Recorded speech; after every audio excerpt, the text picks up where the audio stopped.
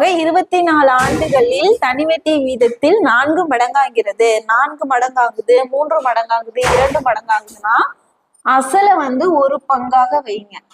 So remaining ஒரு பங்கு 4 பங்குல ஒரு பங்கு அசல் அப்படின்னா ரிமைனிங் என்ன 3 பங்கு. ஒரு தொகைன்னு மட்டும்தான் கேட்டிருக்காங்க. அந்த தொகை எவ்வளவுன்னு கொடுக்காதனால நம்ம 100ன்னு வச்சுக்கிறோம்.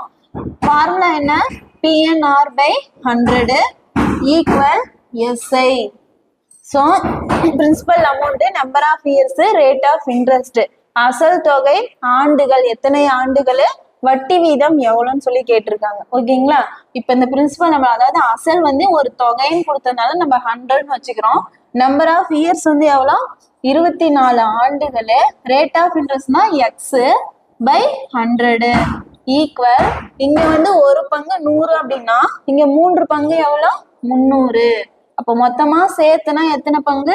4 பங்கு ஆகிடுதா? இங்க வட்டி வீதம் கண்டுபிடிக்கிறதுனால எக்ஸ் இந்த சைடு வச்சுக்கிட்டு 300, இந்த சைடு பைல இருக்க வேல்யூ எங்க போகுது? மேல. மேல இருக்க வேல்யூஸ் எல்லாமே பை கீழே 24. 100க்கு கேன்சல் ஆயிருதுங்களா? ஸோ 24 நம்ம கேன்சல் 2 டேபிளால கேன்சல் பண்ணோம் அப்படின்னா 12 2s are 24, 1 2s are 2, remaining 1, 5 2s are 10, 0.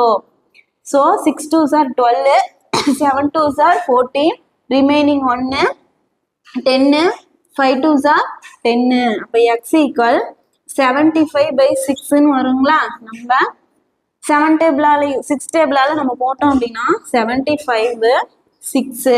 So 1 6 are 6, remaining 1, 2 6 are 12, remaining 3. So 12 remaining எவ்வளோ? 3. எந்த டேபிளால போடுறோம்? 6 டேபிளால போடுறோம். இதை நம்ம கேன்சல் பண்ணோம்னா என்ன வரும்? 1 3s are 3, 2 3s are 6. அப்போ 12 1/2ன்னு ஆன்சர் கொடுப்பாங்க. ஆர் 12.5 அப்படின்னு ஆன்சர் கொடுப்பாங்க. ஓகேங்களா?